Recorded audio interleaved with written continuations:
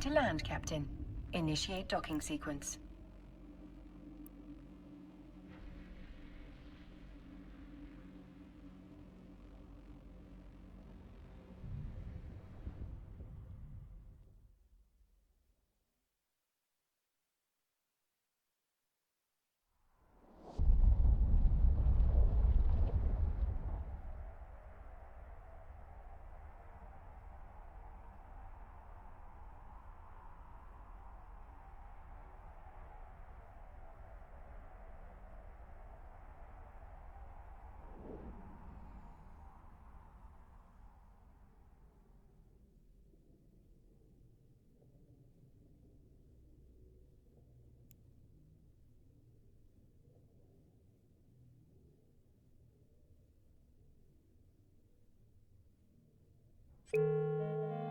Skill training completed.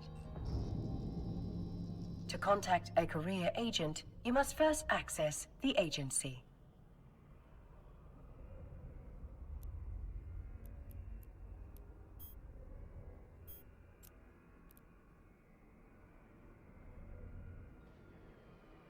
Your choice of career agent will not limit you in any way. You can choose to work with multiple agents, but let's focus on just one for now.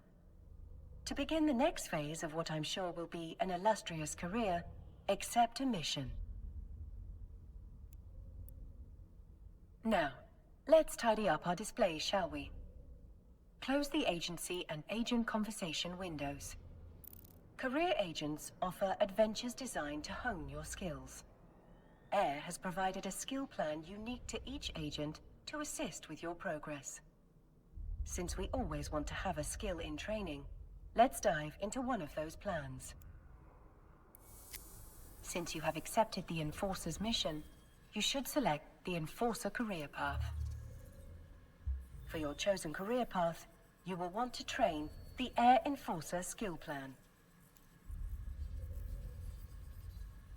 You can view the contents of each skill plan by selecting the, aptly named, Show Skill Plan Content. All good Capsuleers will always have a skill in training. And you are a good Capsuleer, are you not? To prove to me what a good Capsuleer you are, add the skills to your queue and begin training them. Using skill plans to guide your progression will make your life easier and prove rewarding. As you explore different career opportunities, you will find skill plans tailored to match your evolving goals. Career agents will sometimes reward Capsuleers with new ships. It is wise to have the skills required for those ships in your training queue. We're almost ready to embark on our new adventure. Now is the perfect time to close any windows you no longer need on your display.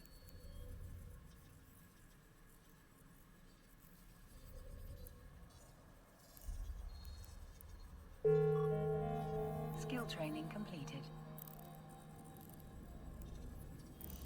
Details regarding the mission you accepted from the career agent are displayed on the info panel.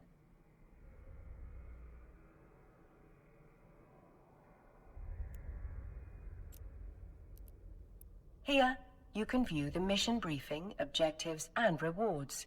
Should you ever need to be reminded of any of those details, you can always check the info panel. I must say, Captain, you've handled yourself remarkably well. Though there are thousands of copies of Aura in New Eden, I am glad to be your Aura. Have I said too much? My sentimentality protocols may need adjusting. Now, it's time for you to venture out into the stars. Go forth and show New Eden what you are truly made of.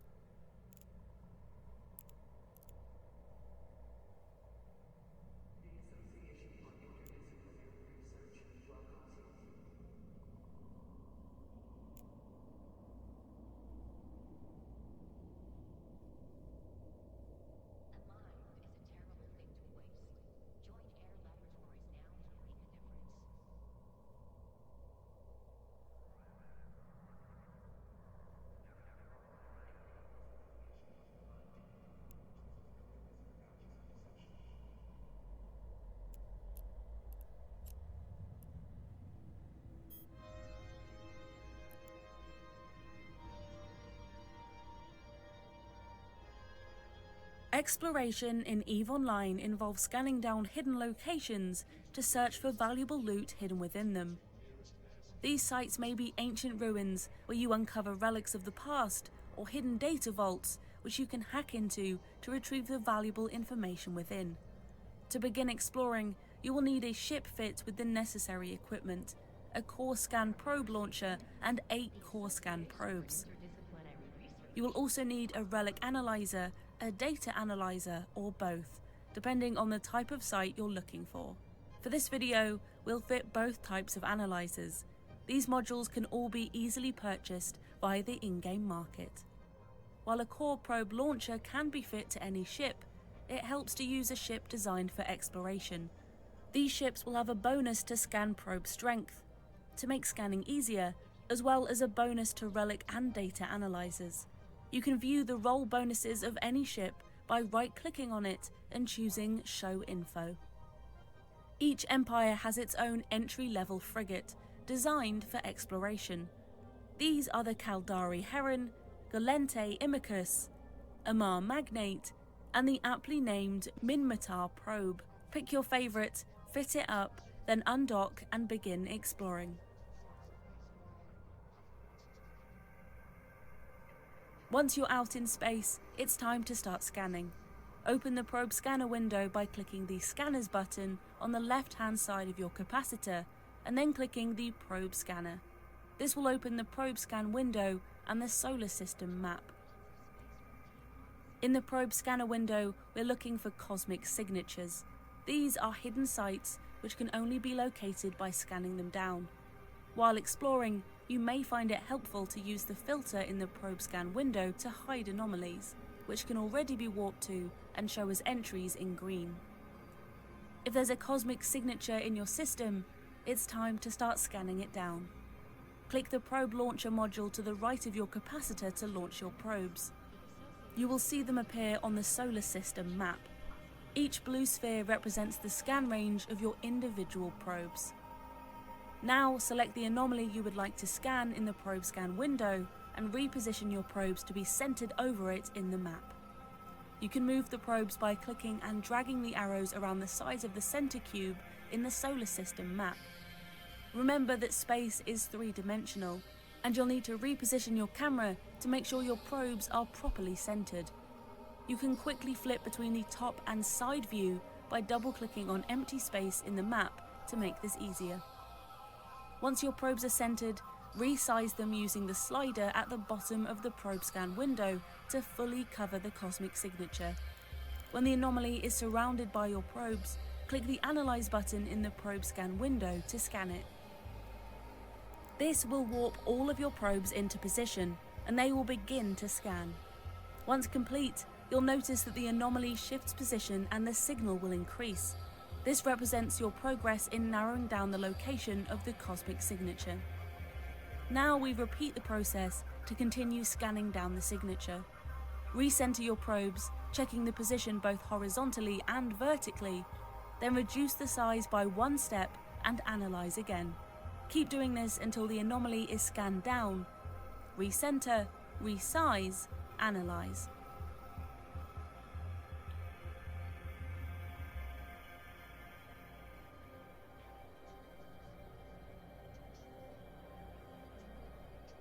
Once the cosmic signature has turned green, you've successfully scanned down the site and are now able to warp to it.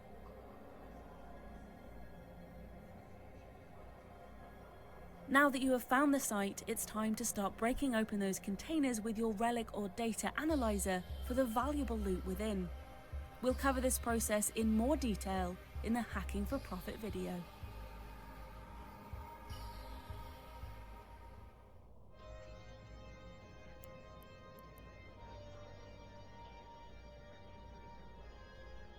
Exploration in EVE Online involves scanning down hidden locations to search for valuable loot hidden within them. These sites may be ancient ruins where you uncover relics of the past, or hidden data vaults which you can hack into to retrieve the valuable information.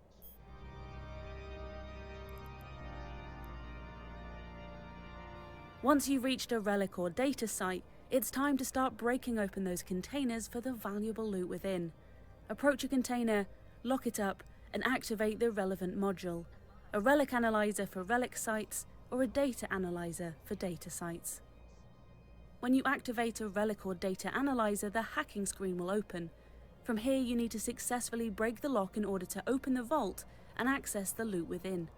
But note, failing twice will cause the container to explode, taking all of the valuables inside with it. Your goal is to locate and destroy the system core, which is hidden somewhere in the network. Clicking the explorable blue nodes will allow you to proceed to adjacent nodes. However, be warned. Defensive subsystems will be found scattered throughout the network, which will attempt to block your path. You will need to overcome or bypass these security systems in order to reach the core. You may also find utility subsystems, which you can use to get an advantage, as well as data caches, which may contain either helpful utilities or dangerous defenses. In the lower left-hand corner of the window, you'll also see 2 bars for coherence and strength.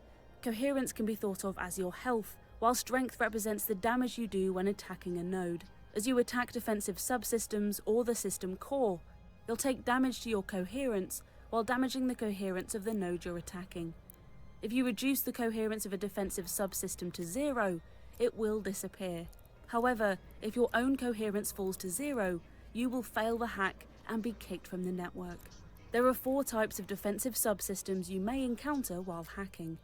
Firewalls, which have high coherence but low strength. Antivirus, which have low coherence but high strength. Restoration nodes, which heal random defensive subsystems on the network each turn.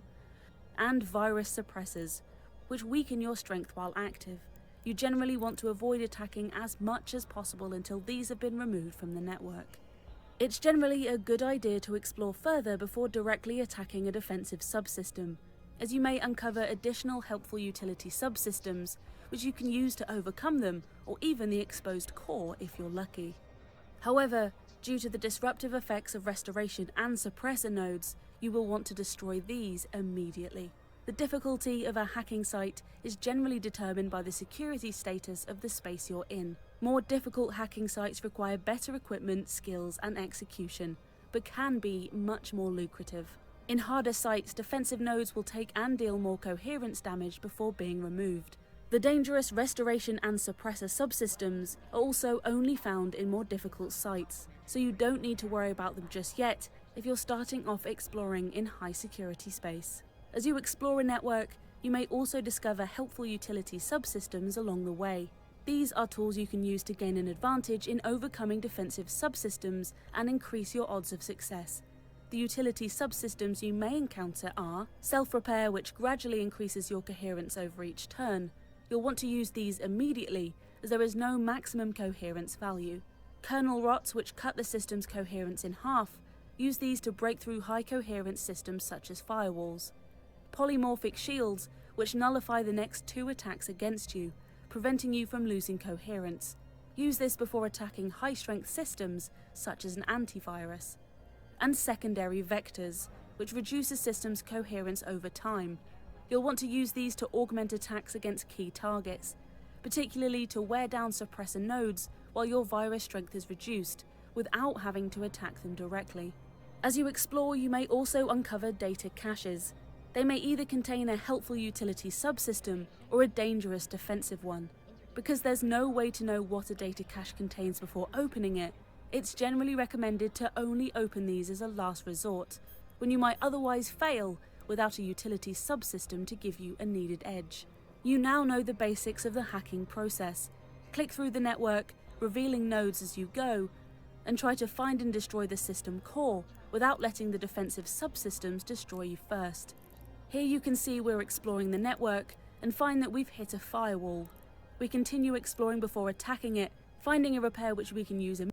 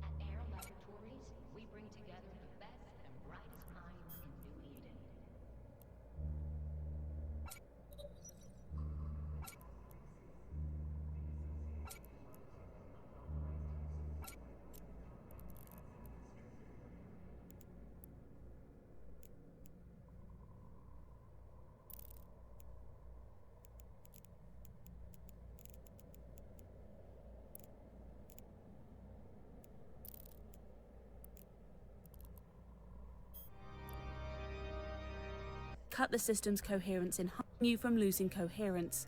Use this before attacking high-strength systems, such as an antivirus. And secondary vectors, which reduce a system's coherence over time. You'll want to use these to augment attacks against key targets, particularly to wear down suppressor nodes while your virus strength is reduced, without having to attack them directly. As you explore, you may also uncover data caches. They may either contain a helpful utility subsystem or a dangerous defensive one. Because there's no way to know what a data cache contains before opening it, it's generally recommended to only open these as a last resort, when you might otherwise fail without a utility subsystem to give you a needed edge. You now know the basics of the hacking process. Click through the network, revealing nodes as you go, and try to find and destroy the system core without letting the defensive subsystems destroy you first. Here you can see we're exploring the network and find that we've hit a firewall. We continue exploring before attacking it, finding a repair which we can use immediately to gain extra coherence. Then, once other routes have turned up empty, we attack the firewall, overcoming it and revealing the system core behind it. We attack the system core and voila, we've beaten the hack and can now access the container for the valuable loot within. While exploring, you will notice a number appear briefly as you reveal a node. This number indicates the distance to the nearest system core, utility subsystem, or data cache. You can use these to guide you in a potentially useful direction as you explore the network. For example, we can see that this 5 indicates that the core won't be found within 5 nodes of this one, so we should probably continue exploring over to another area of the board. Here we can see that we have a 1, which indicates that there is something potentially interesting nearby. By exploring the surrounding nodes, we find the system core, which we can then successfully destroy and beat the hack. For an extra edge, there's a more advanced technique you can practice while hacking, which is referred to as the Rule of 6. The Rule of 6 simply states that if a node is surrounded by 6 connecting nodes, then it either contains no defensive subsystem or is adjacent to the system core. This means that if you aim for these central nodes, you're less likely to encounter defensive subsystems and, if you do, you know that the core is nearby, so you don't waste too much time fighting with unnecessary defensive subsystems elsewhere. Trying to reveal these nodes first is a good tactic to improve your chances of a successful hack. The loot contained within relic and data containers can be sold on the market for profit, which you can then use to upgrade your ship and equipment. The loot from relic and data sites is always in demand from industrialists who are trying to use it. The loot from relic sites is salvage, used in the production of ship rigs, and the loot from data sites is generally used for the purposes of inventing T2 blueprints. Now that you understand the basics of hacking, go out there, break open some relic and data containers, and start filling your cargo with the sweet loot found within.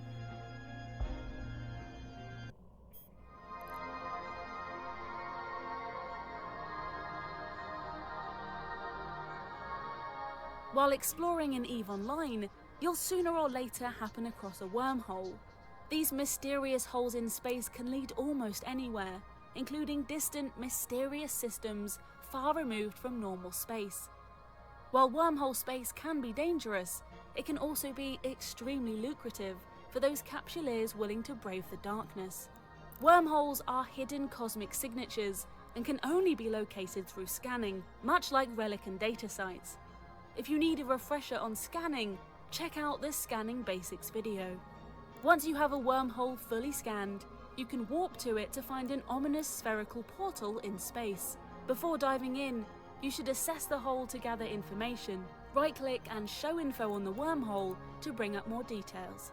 This will bring up a panel which displays useful information about the hole, including where the wormhole leads to, such as a high, low, or null security system. If this text mentions unknown parts of space, then it leads to a wormhole system outside of normal space. Wormhole systems are divided into 6 different classes, commonly known as C1 through C6. These represent the danger of the NPC sites and relative hostility of any environmental effects that you might encounter. When this text reads simply as unknown space, you know that this is a C1, C2, or C3 system. If you see dangerous unknown parts of space instead, then it's a C4 or C5. and deadly space refers to a Class 6 system. Determining the exact class of a wormhole is a bit more difficult, as this involves relying on visual clues from the wormhole itself, or looking up the wormhole type out of game. In the centre of a wormhole, you can see the background nebulae of the system on the other side. Higher class wormholes appear darker and more red than lower class ones as a general rule, but more on that later. On the next line, you can get a rough idea of how long's left before this wormhole collapses, disappearing forever. If it reads end of life, then take care, as the wormhole will collapse sometime within the next 4 hours. The last 2 sections refer to the maximum size of ship which can jump through that wormhole, and the total remaining mass. If enough large ships pass through the wormhole, then it will eventually collapse and sever the connection. Collapsing a wormhole by passing ships through it is commonly referred to as rolling. The visual appearance of the wormhole can give you additional clues as to its nature. In the centre of a wormhole, you can glimpse the sky on the other side. This can allow you to identify the specific class of wormhole system that you're looking at. Wormholes leading to Class 1 systems have grey clouds and black features. They are overall very muted in colour. Class 2 wormholes have a more brown hue, and are most easily identified by black cloud, visible within a brighter grey cloud. Class 3 wormholes will again have a background of grey clouds, but you will notice bright red clouds visible among them. Class 4 wormholes have a distinct dark red colour, with contrasting bright white and dark black clouds. Class 5 holes are dark reddish brown, and appear somewhat more muted than their Class 4 counterparts. And lastly, Class 6 holes are a vibrant and violent mix of orange and reds. If the wormhole leads to known space, you can even identify the region it leads to by looking at the nebulas visible in the background. The wispy rings dancing at the edges of a wormhole also give you information at a glance about what ships can pass through it. A pure blue colour indicates it's a small wormhole through which only frigate-sized ships may pass. Teal indicates the wormhole is medium in size, allowing ships up to battle cruisers to pass through. Grey indicates a wormhole through which any sub-capital ship can pass. And lastly, a yellow-gold colour indicates a massive wormhole through which even some capital ships and freighters may be able to travel. Now that we know almost everything there is to learn about this wormhole, it's time to venture inside. If you're feeling confident, right-click the wormhole and choose Enter Wormhole to pass through it. When you jump into a wormhole system, you'll find yourself far from home in a system represented by a J followed by a 6-digit number, commonly referred to as a J-code. Notice that these systems have a -1 security value, meaning that you need to watch out for other capsuleers hidden in the darkness. Cloaking devices in wormholes are both commonplace and highly recommended. You may also notice an environmental effect in the wormhole, which can be seen above your capacitor. If you need more information about the wormhole itself, including the exact class of the wormhole, you can find out by checking capsuleer-created intel tools online. There are no stargates or NPC stations in wormhole space. Navigating between systems is only possible by using a scanner, so be sure to right-click and bookmark your way home before venturing further in. Local chat in wormholes operates in delayed mode, meaning that you won't appear in the list of pilots unless you type in local. While you cannot directly see if other players are in the system with you, you can, however, use the directional scanner to search for ships within range that you should be aware of. The D-scan menu can be opened by clicking the Scanners button next to the capacitor and clicking on the directional scanner. This will open the directional scan window and the system map. Because we'll be using D-scan often, we can undock the directional scan window from the system map by clicking the Undock button. There's plenty to do in wormhole space, including some extremely profitable pirate faction data and relic sites. These can be found by scanning within Class 1, 2 and 3 systems in unknown wormhole space, though be careful not to accidentally warp into a sleeper-infested hacking site if you value your ship, that is.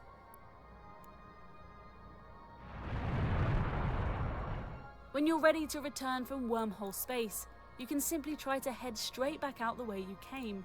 If you jump out within 5 minutes, however, your ship will become polarized to that wormhole connection for 5 minutes since your first jump, preventing you from jumping back again for a short time. This isn't a problem most of the time, but don't let polarization catch you off guard when you're on the run from a less than friendly player. Wormholes by their nature are transient pathways, and whether a connection collapsed from the massive multiple ships passing through, or simply from its natural lifetime coming to an end, you might find that your way home is gone. This can be a scary experience, but it does not mean you're trapped, as long as you have your trusty probe scanner. Every wormhole system has one or more static wormholes, which originate within the system and lead to other areas of space. A Class 2 wormhole system, for example, will always have at least one connection into wormhole space, and one back out to high-sec, low-sec, or null-sec. The types of statics will vary from system to system, but you can always find at least one new wormhole to follow. Understanding and utilizing wormholes can be a great way to make ISK, or visit faraway places with just a few jumps. Some capsuleers even choose to set up a structure and live in wormhole space permanently. Whether you plan on staying a while or you're simply day tripping, knowing how to navigate wormholes safely is a valuable skill that will set you apart as a talented explorer in EVE Online.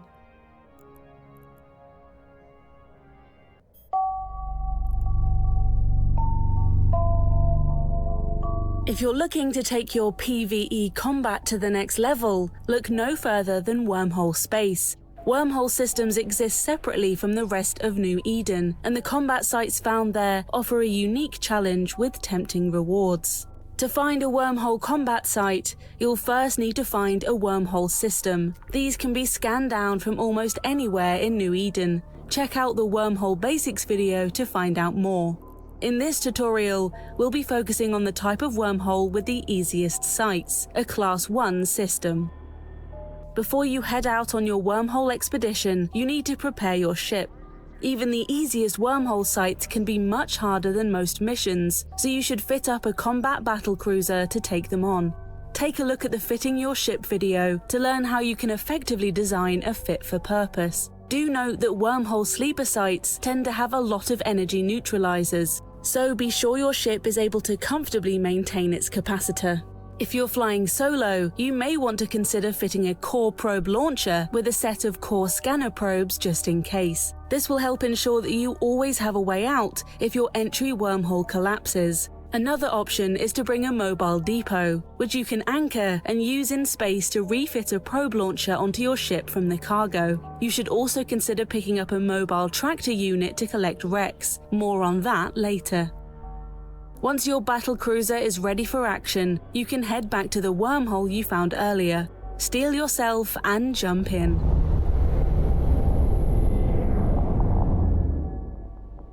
Now that you're in wormhole space, you should see a selection of green anomalies in your probe scanner. Many of these will be combat sites that you can warp to. Pick one and warp to it. Warp drive active. As you land in the combat site, you'll encounter a small number of hostile NPCs. These are sleeper drones, and you'll find them much tougher than the pirates you're used to. Lock them up and start firing. This is a good time to drop your mobile tractor unit and bookmark it. It will collect loot for you whilst you focus on surviving. Remember that PvP is allowed in wormhole space, so you should be on the lookout for hostile players too.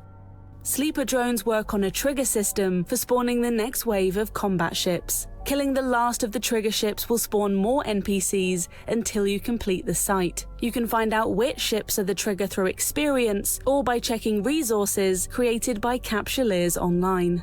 Once you've cleared out the sleeper infestation, head to your mobile tractor unit and take a look at the unique loot inside. It will have collected valuable sleeper artifacts known to most capsuleers as blue loot. Collect your spoils and don't forget to scoop up your tractor unit.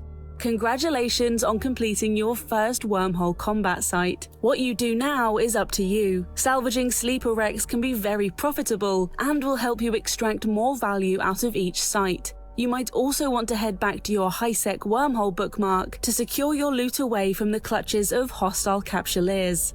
To profit from your blue loot, you need to sell it on the market. Fortunately, there are NPC buy orders available in systems across New Eden. To find one, look for the highest value buy order and head to that station to sell your loot. NPC buy orders will also be set for a flat amount, such as the Sleeper Data Library, which sells for 500,000 ISK each. Now that you're prepared to take on wormhole sites, you're ready to get into some of the most rewarding PvE content there is. Get out there and test yourself in the depths of wormhole space.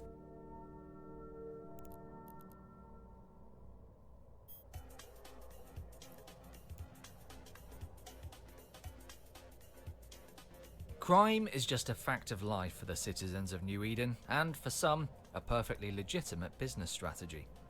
Concord is the entity responsible for keeping the peace between capsuleers. Each empire employs their own police forces as well. However, all of these forces have limited reach. No system in New Eden is completely safe. New Eden is split into 3 categories based on security level. Systems with a security value from 0.5 to 1 are known as high security space, or HiSec for short. Aggressive actions against other capsuleers in HiSec will elicit retaliation by Concord, resulting in swift destruction of the offending party. In systems with a lower security status, Concord's response is delayed, a fact that some of the more dangerous capsuleers may use to their advantage. Outside of HiSec and beyond the reach of Concord are regions of low security space, shown in your HUD as systems between 0.4 and 0.1. In low security space, NPC pirates become stronger and PvE content is much more lucrative than HiSec. However, capsuleers may freely engage one another without the risk of Concord intervening. While Concord does not have response ships in these systems, aggressive action will result in a loss of a capsuleer's personal security standing, and the stationary sentry guns on stargates and stations will fire upon those who break the law. Systems with a security status of 0.0 and below are vast nullsec regions, the majority of which are owned by massive player alliances. Crimes committed in nullsec go unpunished by Concord, and involve pilots do not lose security standings for aggression. New mechanics also become available, including the use of interdiction spheres, commonly referred to as bubbles. Bubbles may be deployed by capsuleers to prevent ships from warping away or reaching their intended destination. The security status of your systems on your route can be seen directly on your HUD. Once you have chosen a destination, coloured blocks which represent the security of each system along the way are displayed in the upper left corner of the screen. You can mouse over each of these to see more details for any particular jump. By clicking the A icon above your route, you are also able to set your path to prefer shorter, safer, or even less secure systems. Engaging in criminal activity in EVE will result in specific flags being applied to you. These flags are referred to as timers and determine who can legally shoot you when they're active. A suspect timer is triggered when engaging in most forms of criminal activity, such as shooting at another player in low-sec or stealing someone else's loot in high-sec. Suspects can be freely engaged by other capsuleers in any system, regardless of their security status, for as long as they're flagged as a suspect. Should you choose to shoot a suspect, Concord will not intervene and no security status will be lost. A criminal timer is reserved for more serious offences, such as shooting at a player in high-sec or destroying a capsule in low-sec. Having a criminal timer while present in high-sec will result in Concord quickly destroying the offender. A limited engagement timer is created when attacking a player flagged as a suspect or criminal. This timer will last for 5 minutes and allows for combat between yourself and one other pilot. You can have multiple limited engagement timers on at any one time. Engaging other capsuleers in any security level will also result in a 60-second combat timer, denoted by a red chain link icon. While this timer is active, you cannot dock or take gates. The Stargate denies you permission to jump at the moment. Keep this in mind if you think you may need to make a hasty retreat. Your ship's safety settings will prevent you from committing crimes by default. However, should you choose, you can lower your safety settings to allow you to take illegal actions, if you are willing to deal with the consequences. Click on the small icon to the upper left of your capacitor to find the options for full, partial, or disabled safety settings. With safety set to green, you cannot commit illegal actions, preventing you from accidentally flagging yourself as a suspect or criminal. Partial or yellow safety will allow you to partake in actions that would generate a suspect timer, such as stealing from someone's loot container in high sec or shooting at non-suspects in low sec. When safety is set to red, all safety controls are disabled, allowing you to shoot capsules in low sec or even other players in high sec. But note that Concord may quickly respond to free you from your ship. If you find yourself living a life of crime, you may find your personal security status dropping quickly. This value represents your relationship with the faction police of New Eden. Security status is gained by killing NPC pirates and lowered by committing offences in high sec and low sec. If this value drops below -2.0, then faction police will attack you in some high sec systems. At -5.0, you will be classified as an outlaw and may be attacked anywhere without any protection from Concord or low-sec gate guns. Should you ever wish to atone for your crimes, you can turn in security tags to the appropriate authority, but be warned, they come at a high cost. Understanding the laws of New Eden is a key foundation upon which any aspiring soldier of fortune may begin their career. From here, it's up to you. Whether you choose to make your way in low security space or avoid the law entirely by carving out a path in null security or wormhole space. Wherever your adventures take you, knowing the rules of engagement for the space you are in will serve you well.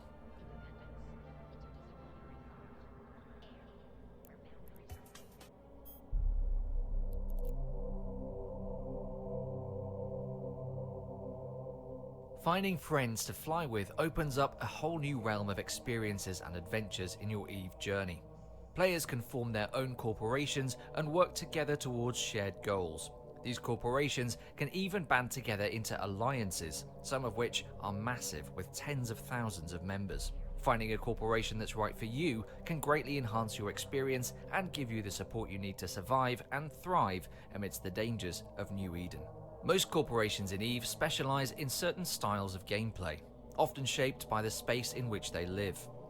As you look for a group that suits your interests, consider the type of space that most interests you and look for corporations that call those places home. High-sec corporations tend to focus on PvE gameplay styles, such as mission running, mining, and industry. However, this doesn't mean that PvP doesn't occur for those in high-sec corporations. Groups that build structures become vulnerable to declarations of war from other player groups, and may find themselves fighting to protect their assets or even going on the offensive to attack their rivals. Some high-sec corporations even make criminal ganking of others a way of life, frequently losing their ships to Concord, but often taking their targets down with them. Corporations which call low security space home often find themselves involved in small-scale PvP engagements, either through faction warfare or general piracy.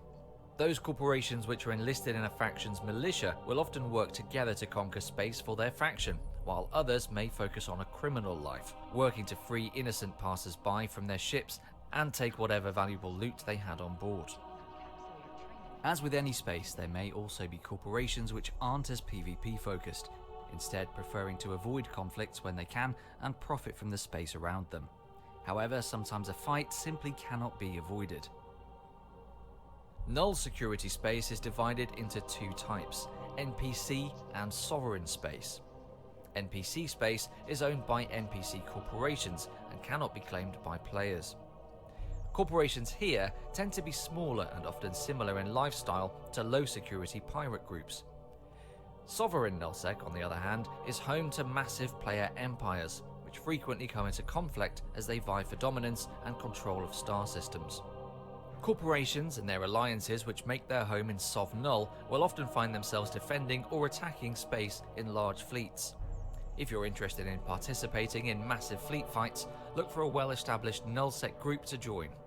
Many of these groups are happy to take on newer players. Even the smallest frigate can turn the tide of a major battle. And lastly, some groups choose to make their homes in wormhole space. Wormholes offer unique challenges as the routes to and from wormhole systems are regularly shifting and need to be scanned down, and local chat does not show potentially hostile players who may be lurking nearby. Because of this, ambush attacks from cloaked ships are common, and pilots need to always be on guard.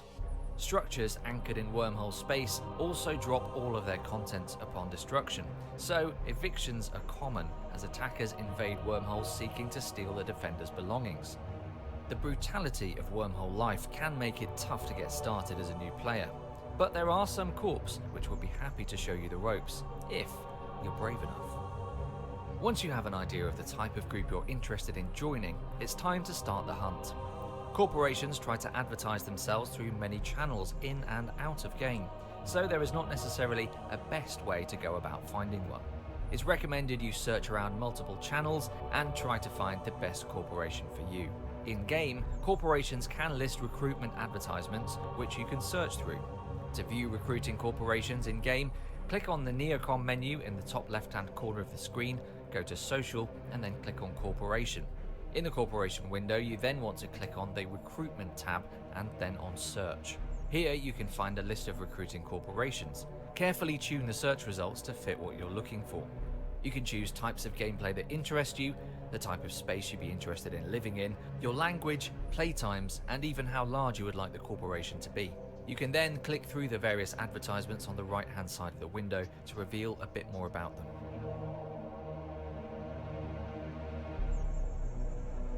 If you want to chat a bit with a group before joining or have any questions about a corporation, many groups have public channels where you can chat with recruiters. Just show info on a corporation and check their bio for a link. Corporations also advertise out of game through venues such as the official EVE forums or the EVE Jobs subreddit. Feel free to check these resources out. You can even just chat with other pilots you've interacted with in-game and ask for suggestions. Once you've found a corporation you want to apply to, be sure to double check their advertisement for details on their application process. It's not unusual for EVE corporations to request applications to be submitted out of game via third-party tools, particularly for larger corporations, as this allows them to more easily authenticate you into the various tools and IT services the group uses. Some of the IT services large alliances employ rival those of real-world corporations. In this example, you can see us logging into EVE HR, a third-party application management system used by many EVE corporations. Once you've been approved and invited to a corporation, congratulations! You can accept the invite by opening the corporation window in-game, clicking the Recruitment tab, and then clicking the My Applications tab. Once you join the corporation, be sure to review all of the introductory material they provide in the welcome mail you receive in-game, set up any IT services they make use of for communication, and start getting to know your new corp mates.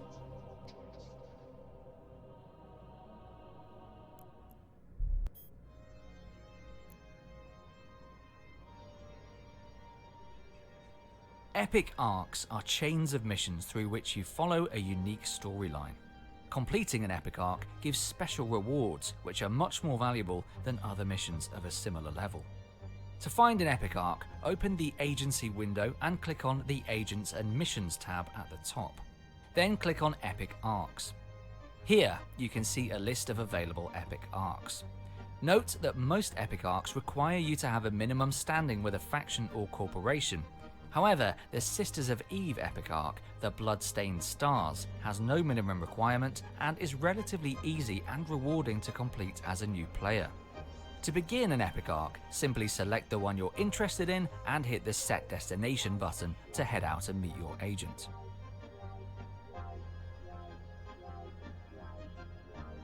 Once you arrive at your agent's station, open the Epic Arc screen in the Agency window and click Start Conversation to receive your first mission.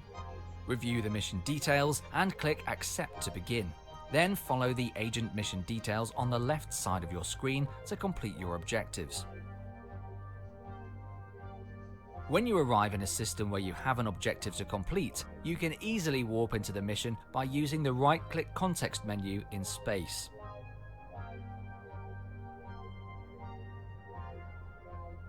As you complete each mission, the next mission in the arc will be offered. You can track your progress via the Epic Arc window in the Agency. If you're ever not sure what the next step is, you can always find it again here. Keep completing these missions until you've seen the story through to its end. Then, bask in your accomplishment and its rewards.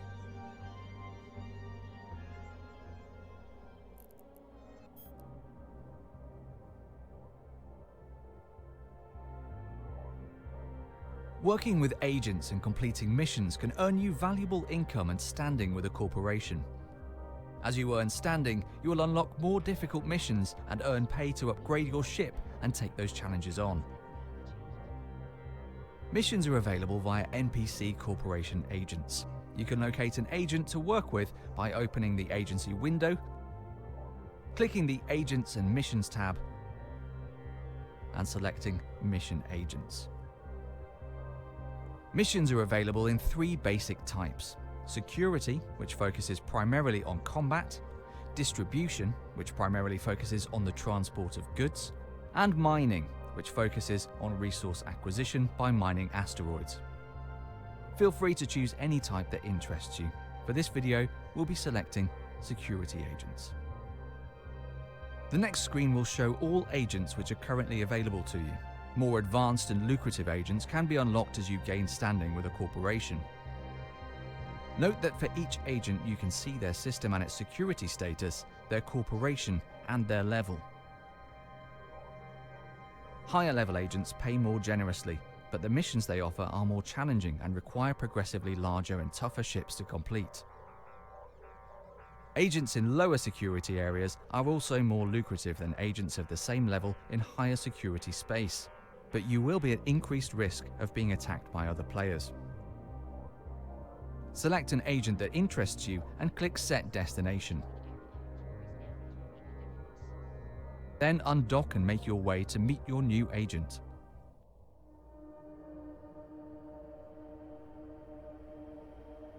When you arrive at the agent's station, locate them in the agent panel from that station menu and click the speech bubble to start a conversation. This will open the agent conversation window, where the agent will give you details about the mission you are being offered. Make careful note of any locations mentioned or items required on this screen. If you're feeling confident, click Accept to start the mission. Note that you must complete the mission within a certain time limit to receive the reward. And if you complete it fast enough, you may even receive bonus rewards.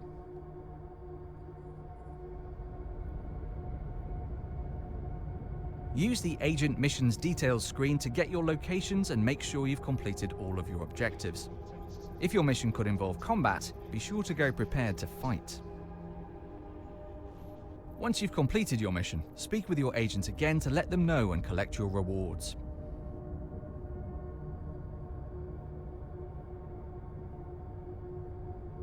Successfully completing a mission will reward you with ISK and loyalty points, or LP. LP can be exchanged for valuable goods in the corporation's LP store. You also gain standing with the corporation, which can unlock more agents, higher level missions, and even better rewards.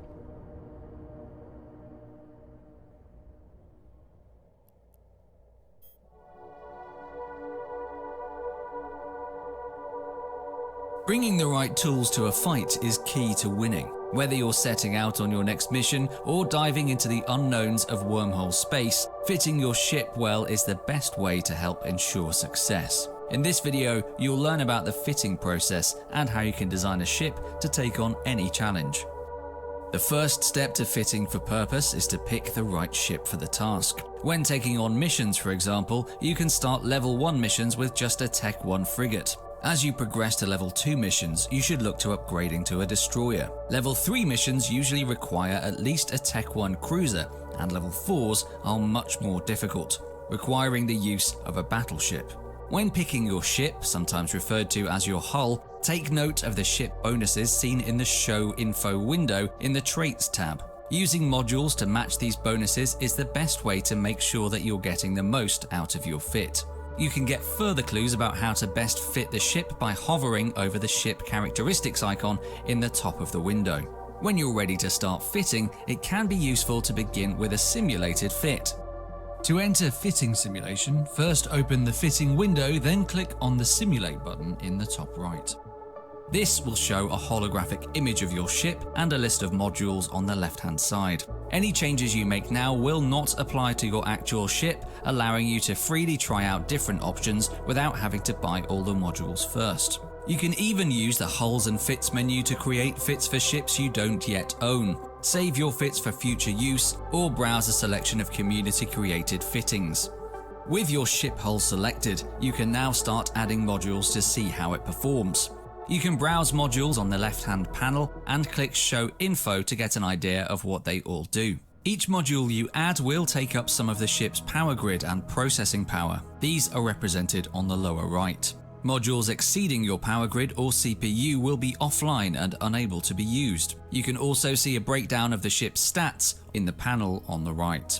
Theory crafting and fitting for PvE is a balancing act between 4 main pillars. As you improve one aspect of the fit, you will probably need to make sacrifices in other areas to make it work. The 4 pillars to balance any successful fit are the amount of damage per second, or DPS, that your ship can apply on target, your tank, meaning how much incoming damage your ship can survive, your mobility, how quickly you can move around in space, and finally, your capacitor, the energy your ship has to use the modules while in space.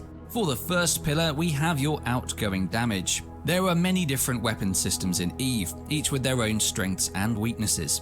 Your choice of weapon type will be decided by the ship hull, but you can further specialize based on how you plan to fly your ship.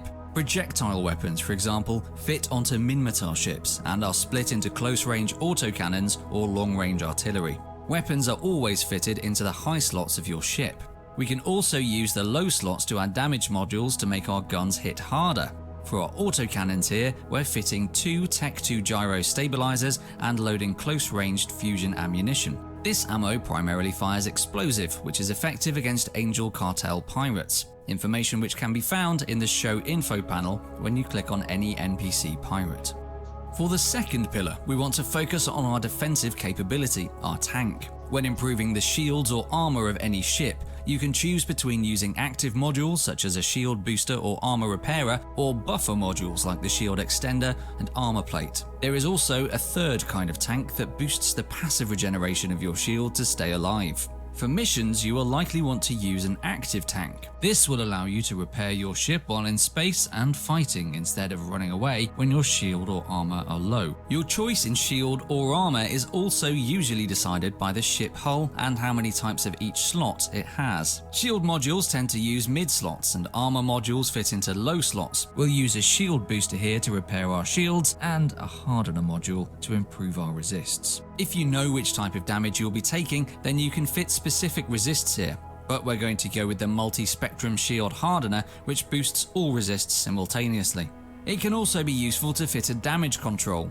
This module improves your shield, armor, and hull resists and takes up a low slot, which we have plenty of. After fitting that damage control, we're now over on CPU. To fix that, we're going to fill our last low slot with a new type of module, a fitting module. In this case, we want a co-processor to improve the ship's CPU output. Now that we have tank and damage, we need to consider the third pillar, mobility. Our autocannons are short-ranged and will only apply half their damage at their 10-kilometer fall-off. To make sure we can destroy pirates effectively, we're going to fit a micro-warp drive. This module will let us move extremely quickly to new targets at the cost of high capacitor usage and an increased ship signature radius. The alternative option to a micro warp drive would be an afterburner, which is slower but uses less capacitor and does not increase your signature. Signature radius indicates how easy it is to target your ship. A smaller signature radius makes you hard to hit and allows you to take less damage from larger weapons. This can help you tank using signature or speed by getting under your opponent's guns, effectively dodging their bullets. Such a fit might also use a nanofiber to increase their speed and agility. We're going to keep the micro warp drive for now, but notice how it uses a lot of fitting and has overloaded our CPU once again. Instead of using another fitting module, we can instead try swapping out some of our Tech 2 modules for compact versions instead. In this case, we're going to use 2 counterbalanced combat gyro stabilizers and the IFFA compact damage control, which have slightly lower stats but reduced fitting costs. Finally, onto the last pillar. We need to fix our capacitor, the amount of energy our ship can use to activate modules. Right now it runs out in only 20 seconds due to our shield booster and micro warp drive. We can start to fix that by using our rig slots. Rigs can improve nearly any function of your ship, but they cannot be removed without breaking them. Fortunately, as this is a simulation, we can test them before fitting them for real. In this case, we are going to use 3 small capacitor control circuits to improve our capacitor recharge speed. Our capacitor is still a bit unstable, so we're going to exchange some of our defense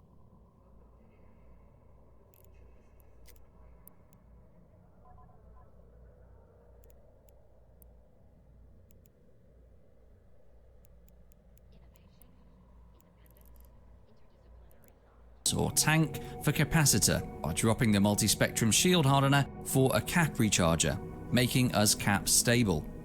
Being fully cap stable isn't always necessary, but it's nice to have and prevents us from running into a situation where our shield booster stops working. There are plenty of other modules to improve your capacitor, such as cap batteries, cap flux coils, or power relays. Each does something unique, so be sure to read the module descriptions. You may have noticed that doing this freed up a lot of CPU.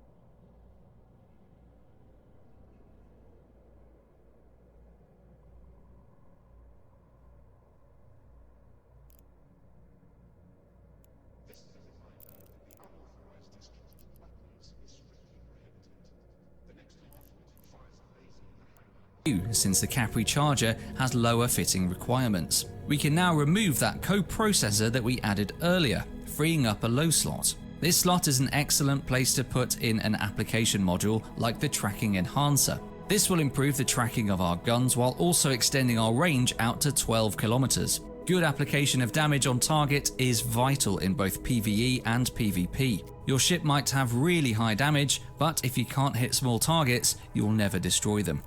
Our fit is now complete.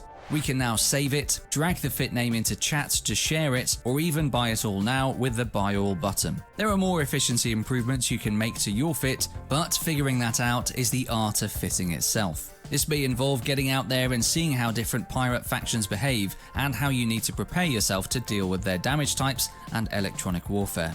Being properly prepared for a fight is the key component for being successful as an enforcer in EVE Online.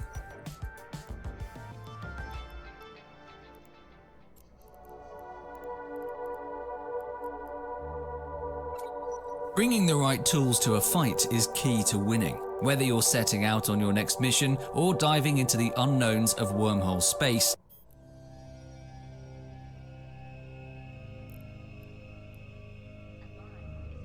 almost everything you interact with in EVE was built by players.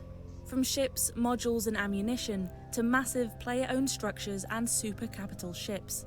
Everything that players build is assembled from resources gathered through various activities from across the galaxy. Whether it's mined from asteroids, pulled from the surface of a planet, ripped from the face of a moon, or harvested from interstellar clouds of gas and ice. If you're ever curious about the components used to build something, or what a resource can be used to create, you can right-click on that item, show info, and then click on the industry tab. This will show you the blueprint required to create it, the resources you can get from reprocessing it, and even what that item can be used to build if applicable. To see the full bill of materials used to create that item, click Show Info on the blueprint from this window and expand the Required Input Materials drop-down. You can use blueprints such as this to build items, which we'll cover in more detail in the basic industrial production video. Manufacturing resources fall into a few basic categories, which cover most of the items players build in-game. Basic ore is mined from asteroids and is a primary component in most ships and items built in New Eden. Moon materials are gathered via moon mining, which requires a large refinery structure to blast off a chunk of the moon to be mined. Gas can be harvested from gas clouds and is used in advanced ship production. Ice materials can be obtained from mining in ice belts and are used primarily to make fuel blocks, which power large structures. Planetary commodities are obtained through planetary industry and are used in a wide range of goods depending on what you choose to build. Salvage can be gathered from the wrecks of ships or from exploring hidden relic sites and is used in the production of ship rigs, which are in constant demand. And lastly, abyssal materials, which are gathered from running, looting and surviving in abyssal dead space. We'll be discussing many of these items in more detail in later videos. If you're just starting out in EVE, it can be helpful to pick one type of resource to master before moving on to others. Many industrialists will focus on harvesting a single resource and sell what they don't use. They can then use the profits to buy the remaining components that they need to build the ships or modules they've set their hearts on creating. In the Trading for Profit video, we'll cover market trading in more depth. But for now, head out mining to make a bit of profit and start working your way up to building your first items. Equip a pair of mining lasers to a venture and head out. You can find nearby asteroid belts and ore anomalies by opening the agency window and selecting the Resource Harvesting tab. Then select the resource you're looking for. For now, we're going to choose ore anomalies, as these often contain rarer ores than may be found in belts. On the next screen, you can now see a list of nearby systems which contain ore anomalies. Pick one and click the Set Destination button in the lower right-hand corner of the agency screen. Then undock and make your way to that system. Upon arrival, you'll need to open your ship's probe scanner window to locate the ore anomaly you're looking for. Click the Scanners button to the lower left side of your capacitor and then select the probe scanner. This will open the system map and the probe scanner window. In the probe scanner window, locate the ore anomaly. Right-click on it and choose Warp to. Unlike cosmic signatures, these types of anomalies do not need to be scanned before you can warp to them. Once you arrive, switch to your mining overview tab, look up some asteroids and activate your mining lasers. Go out, gather materials to your heart's content, and you will start amassing wealth in no time.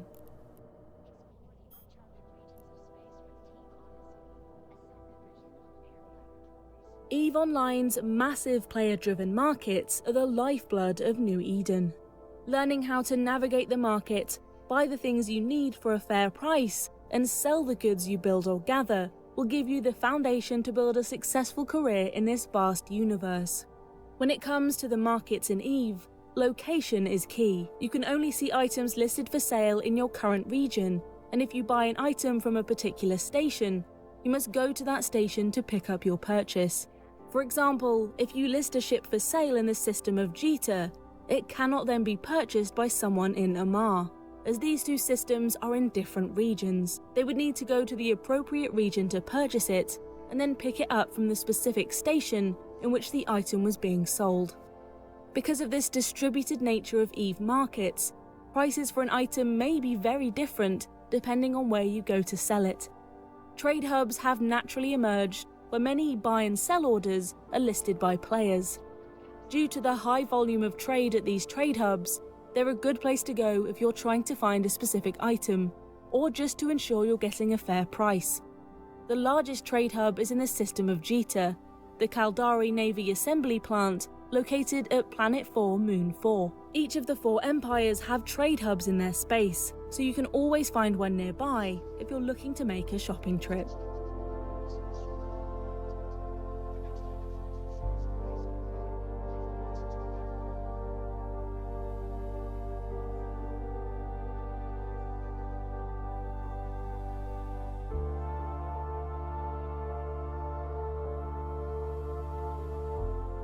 You can open the market by clicking on the regional market icon in the Neocom panel on the left-hand side of your screen. This will open the regional market window, where you can view all items that are currently for sale in the region of space you're in. By using the drop-down menus or the search bar on the left side of the market screen, you can find items listed on the market, which you can then view in the panel on the right. Whenever you buy or sell an item on the market, you're interacting with another player. Players create buy and sell orders for items which form the foundation for the living market. To see the list of buy and sell orders for an item, click the View Details button.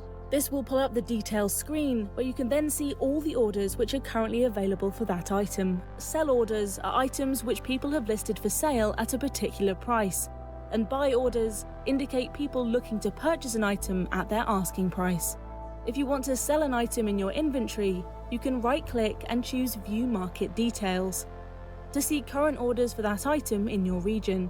After viewing these orders, you can decide to sell it to one of the buy orders or list it as a sell order. Listing an item with a sell order can often make you a bit more profit. However, you need to wait until another player fulfills your order, which can take quite a bit of time depending on price, location, volume, and other such factors. If you'd like to improve your chances of your sell order being fulfilled, it's generally recommended to make your sell orders at a trade hub and with a competitive price. Once you've decided, just right-click the item in your inventory and choose Sell this item. If you're happy to sell to the highest available buy order, you need only leave the duration set to immediate on the sell window and click Sell. If you'd instead like to list the item as a sell order, change the duration from immediate up to 3 months and set the price you'd like to sell your item for. Take notes of the taxes required to create the listing and of the number of remaining orders you can create, which can be seen in the lower left-hand side of the window. If everything looks good, click Sell to create your listing. If you're looking to buy an item, you can buy it immediately from one of the sell orders. Just right-click the order, choose Buy This and hit Buy. However, if you don't need an item right away and would like to try and get a better deal, you can instead create a buy order. From the Market Details view, click Place Buy Order at the bottom of the window. This will bring up the purchase screen where you can set your price, how many of the item you're looking to buy, and how long you'd like your order to last, up to 3 months. You can even change the range to allow you to buy items further away, but be warned that you'll need to travel around to pick them up individually if they're sold to you from another station. There is often a gap in price between buy and sell orders, and the savvy trader can use this to turn a profit, simply by buying low and selling high, using the difference between buy and sell orders. Market trading in this way can be profitable, but watch your taxes and broker fees, as updating your orders too often can eat into your profit margins. Now that you understand how buy and sell orders work on the EVE market, you're ready to start making trades, capitalize on great deals, and start turning a meaningful profit. Whatever it is you do in EVE, understanding how to use the market to your advantage will serve you well.